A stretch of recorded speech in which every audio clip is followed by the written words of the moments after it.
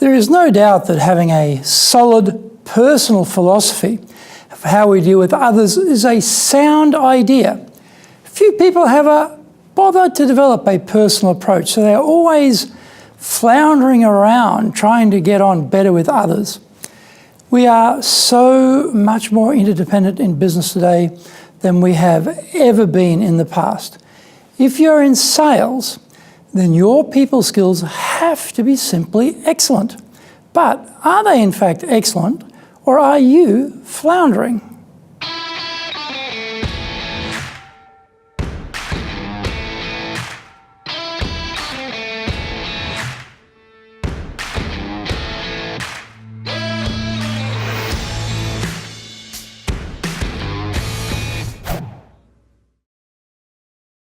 Welcome back to this weekly edition every Tuesday of the Cutting Edge Japan Business Show. I'm your host, Dr. Greg Story, President of Dale Carnegie Training Japan and best-selling author of Japan Sales Mastery. We're bringing the show to you from our High Performance Center here in Akasaka, in Minato-ku, the business center of Tokyo. Why the cutting edge? In this show, we are looking at the critical areas for success in business in Japan. We want to help advance everyone's thinking so that we can be at the absolute forefront, the cutting edge of how to flourish here in this market. Before we get into this week's topic, here is what caught my attention lately. Japan is the world's third largest economy, but it has not been successful yet in the startup scene. There are many barriers here to do with entrepreneurship, especially because there are no second chances in Japan if you fail. Consequently, the startup scene here lags behind Beijing and Silicon Valley, and the government is trying to do something about that. They are trying to create more unicorn startup successes, firms valued at more than $1 billion US. METI is going to launch the J Startup Initiative to support startups with high potential. They are looking for help with this outside of Japan. Visas for foreign startup entrepreneurs will go from the current 6 months to 1 year to encourage more foreign startups to locate in Japan rather than other countries. Getting over the social stigma of failing is going to be the biggest barrier for Japanese local startups. So maybe some foreign pixie dust is required to encourage the startup scene to really break through that cultural wall and get things going. This is episode number 31, and we are talking about principled salespeople. それでは行きましょう. So let's get going. In 1936, an unknown author, despite many frustrating years of writing and rejections, finally managed to get his manuscript taken up by a major publishing house. That book became a classic in the pantheon of self-help books, How to Win Friends and Influence People. Surprisingly, many people in sales have never read this work. Plato, Socrates, Marcus Aurelius, etc.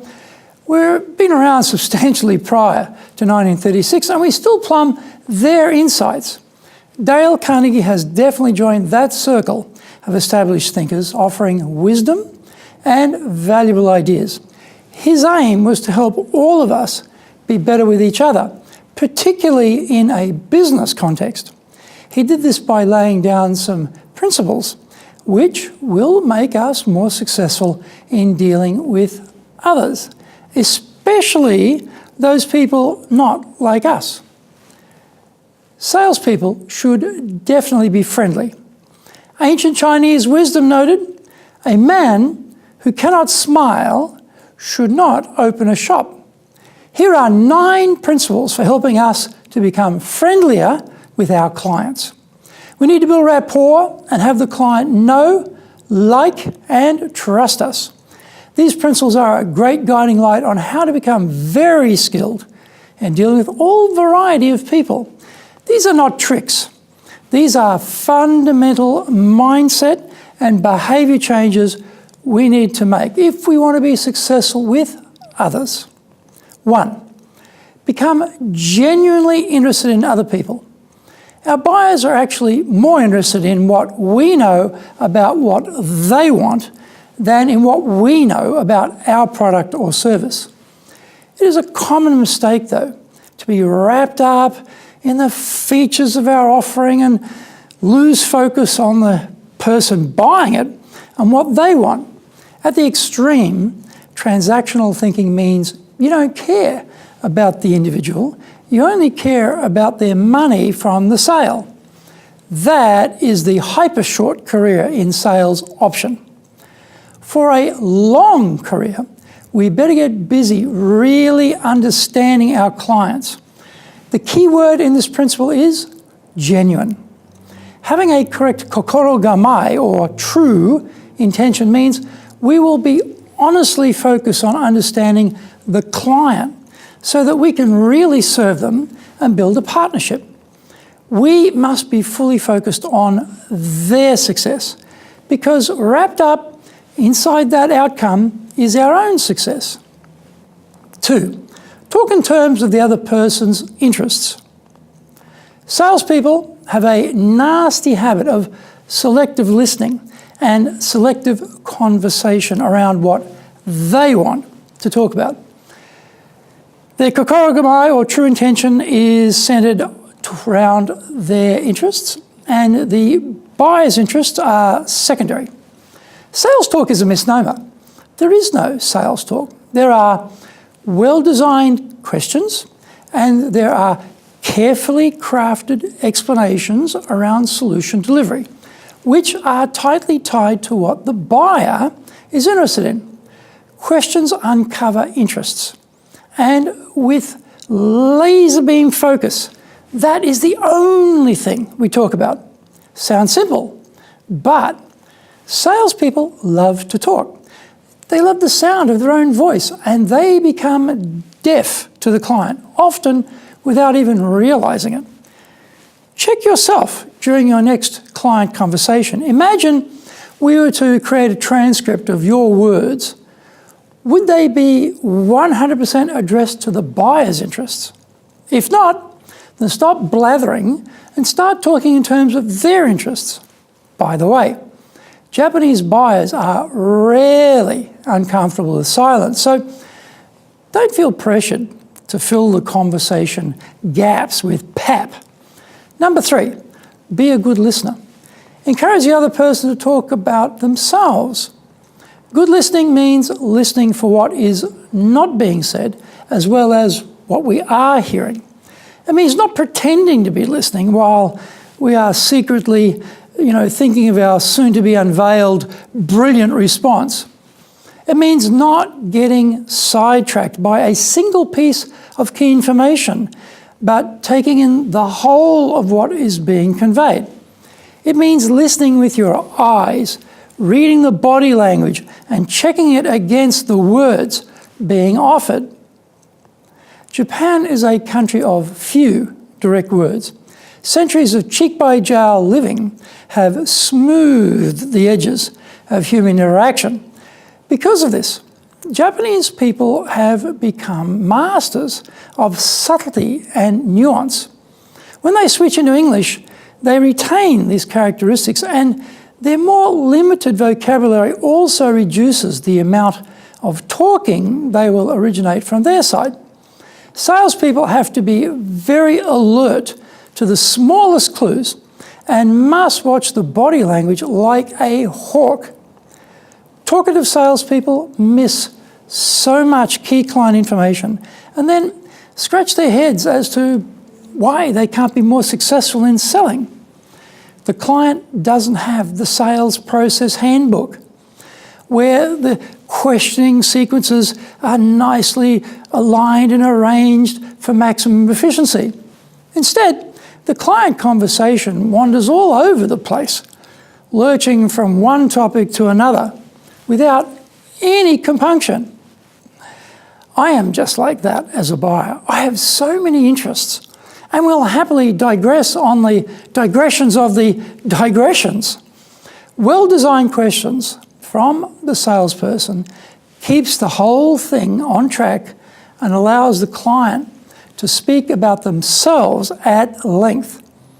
In these offerings from the buyer, we learn so much about their values, interests, absolute must-haves, their desirables, their primary interests, and their dominant buying motives. Japanese buyers usually need a high level of trust to be developed before they open up and talk about themselves. It is exceedingly rare to wrap up an agreement in Japan with one single meeting. So, salespeople, play the long game here and don't be in a rush. We are limbering up for a marathon, not a sprint in Japan. Number 4, arouse in the other person an eager want. This is not huckster, fake, carnival, barker manipulation. This is becoming a great communicator, someone who can arouse passion and enthusiasm in others. Sales is a transfer of enthusiasm based on the salesperson's belief in the righteousness of doing good through supplying offerings that really help the buyer and their business. One of the biggest barriers to success in sales is client inertia. They keep doing what they've always done in the same way and get the same results. Our job is to shake that equation up and help them to get a better result through doing something new, buying our product or service. We have to help them overcome their fears and persuade them to take action.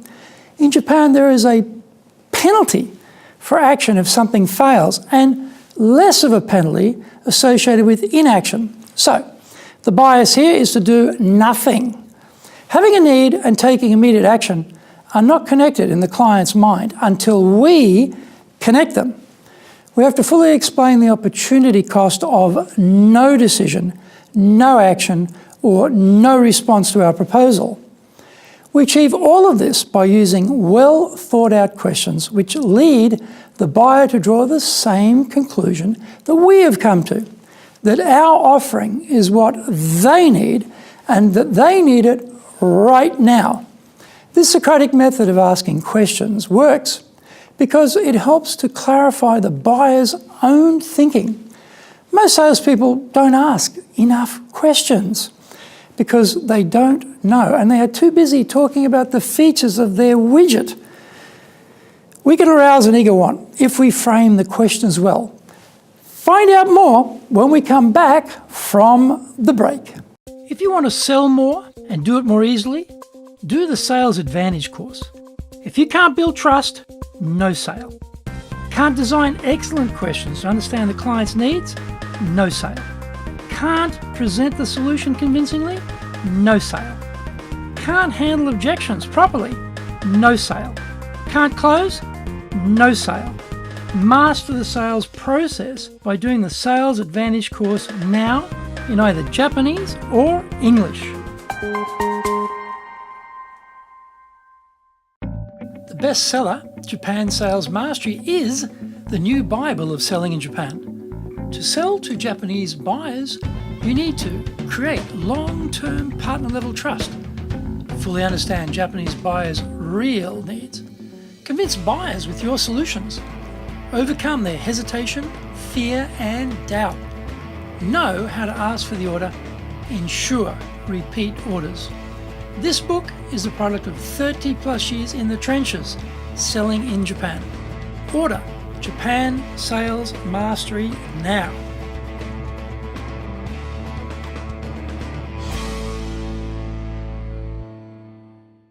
Welcome back. And we are looking at how to get on better with people. Number 5, let the other person think that the idea is theirs. As we know, telling is not selling. Ramming our proposal down the client's throat is not selling.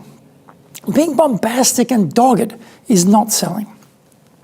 Naturally, we will always have more information, data, and knowledge about our solution than the client.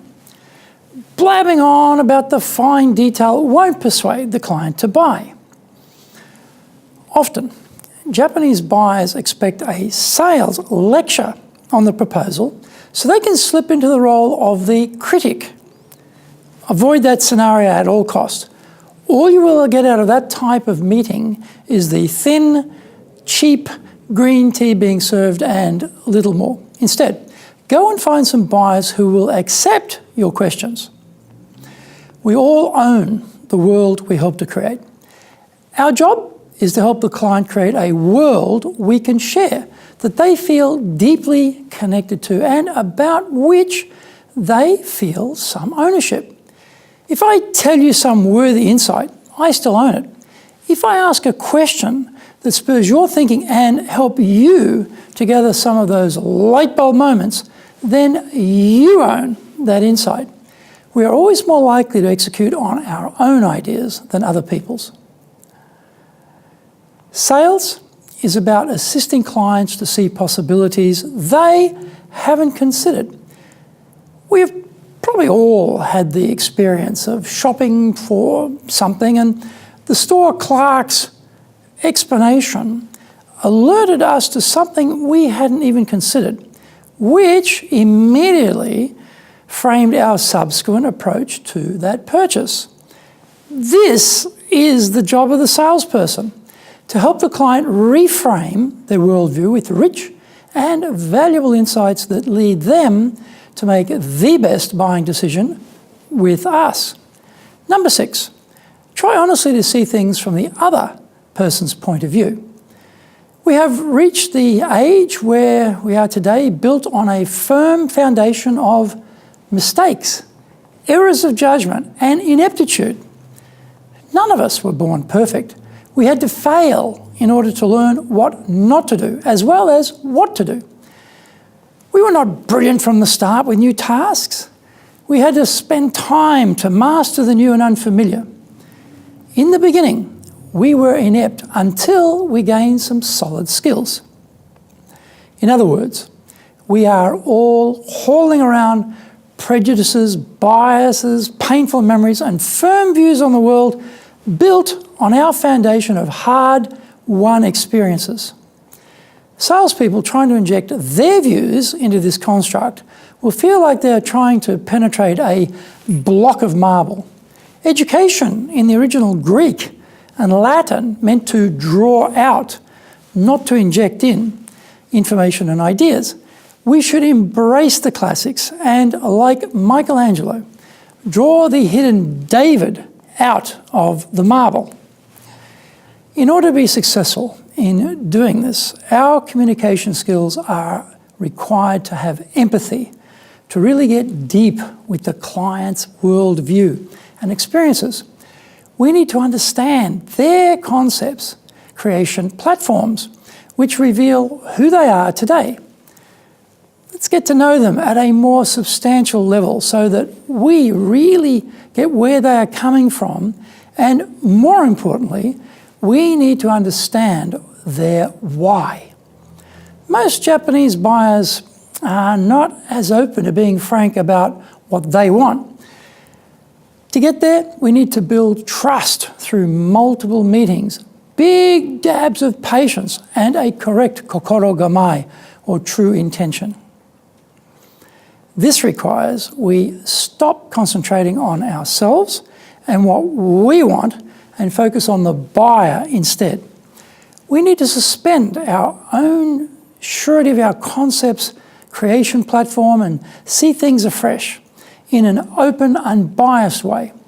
When we can get that clarity, the words coming out of our mouths will be perfectly aligned with what resources most deeply satisfy the client's needs, and they will buy our offerings. Number 7, get the other person saying yes, yes immediately. Yes momentum is an old idea in sales. It works on the psychological principle that a series of positive responses will lead to an acceptance of our offer. A simplistic understanding of this idea would see our hearty sales hero designing a long set of killer questions to which the only logical answer must be expressed in the affirmative. Well, for example, asking a question such as, if you're able to reduce costs, would this be of help to your business? Everyone wants to save costs in business, so the only answer is yes. The problem with this type of approach is it becomes manipulative as the salesperson tells a whole series of these can only be answered by yes questions. It reminds me of those nodding animals in the back of cars that bob up and down with the ride. Expecting to fast-track your way into a sale through this client head bobbing is a misunderstanding of the principle. The latter is saying, let's get yes responses immediately, but not exclusively. In the Japanese language, "はい" means yes, but this is the yes of I hear you, not the yes of I agree with you. We need to understand this and ask the question in a way that differentiates between the two responses. We do want to design questions that help the buyer clarify their thinking about our proposition. We should start with one or two yes questions that narrow the focus down to a positive investigation of the value of our solution when judged against all the alternatives. It should not become a yes fest, though. After getting some positive responses, we should begin asking the why behind the response. This helps us to dig deeper into the drivers of an affirmative decision. Clients, as mentioned, will wander all over the prairie once they get going, so we have to shepherd them back on topic. If you are ever selling to me, keep this shepherding back to the topic in mind. A good way to do that is to ask a closed question to which they can easily answer yes. Now, we can keep the conversation moving in the right direction without the whole process becoming manipulative. Yes, momentum, yes, but in moderation. That is the better approach. Number 8, be sympathetic with the client's ideas and desires.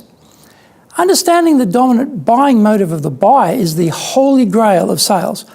Of course, we need to know the primary buying motive, the what, but to really serve the client, we need to know the why. In particular, how will this buying decision advance their career or their business? Where can we fit in to become a booster for their success? Risk aversion is a strong emotion in all of us, especially among Japanese buyers concerning the buying process. We've all been burned at some stage through a purchase that failed to satisfy us and which we immediately regretted. We paid too much or it broke straight away, and the salesperson's spiffy spiel wasn't matched by the goods performance. Some people may have an MBA, but we all have an MDS, an advanced master's degree in skepticism.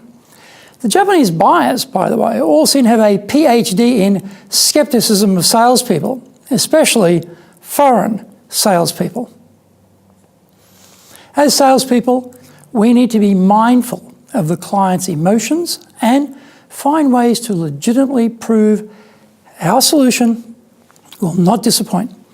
The client's desire is to improve or defend their situation. No one wishes to go backwards in business. They have their own ideas about how that is done best, and our job is to find out what and why they think so. We may have reached a different conclusion on the how, but by understanding what is driving them, we can more easily explain where our solution gets with what they want to achieve. Getting them to do most of the talking, and by prompting new thoughts through great questions, we can make that happen. Number 9, dramatize your ideas. When we pick up the phone to speak with our client, or when we sit down in the meeting room with them, they are bursting at the seams with stuff in their heads. They are wrestling with what happened yesterday, what they have to get through today, and worrying about what will happen tomorrow. These days, we are all having much more face-to-device time than face-to-face time. There is no downtime anymore as we slip out our phone to check everything we ever wanted to know and a lot of things we don't need to know. Salespeople are competing for client brain space with all of this internal noise. We need to be primed to break through all the clutter and grab the client's attention, or we will never be able to sell our wares. We need to be working out how our client likes to be communicated with. Are they micro or macro focused? Are they interested in people or task outcomes? Once we've established the form of communication which best resonates with them, we should be looking for various ways to dramatize our recommendations. Vocal word picture drawing is a great skill for a salesperson, as we choose evocative words that our listener can see in their mind's eye.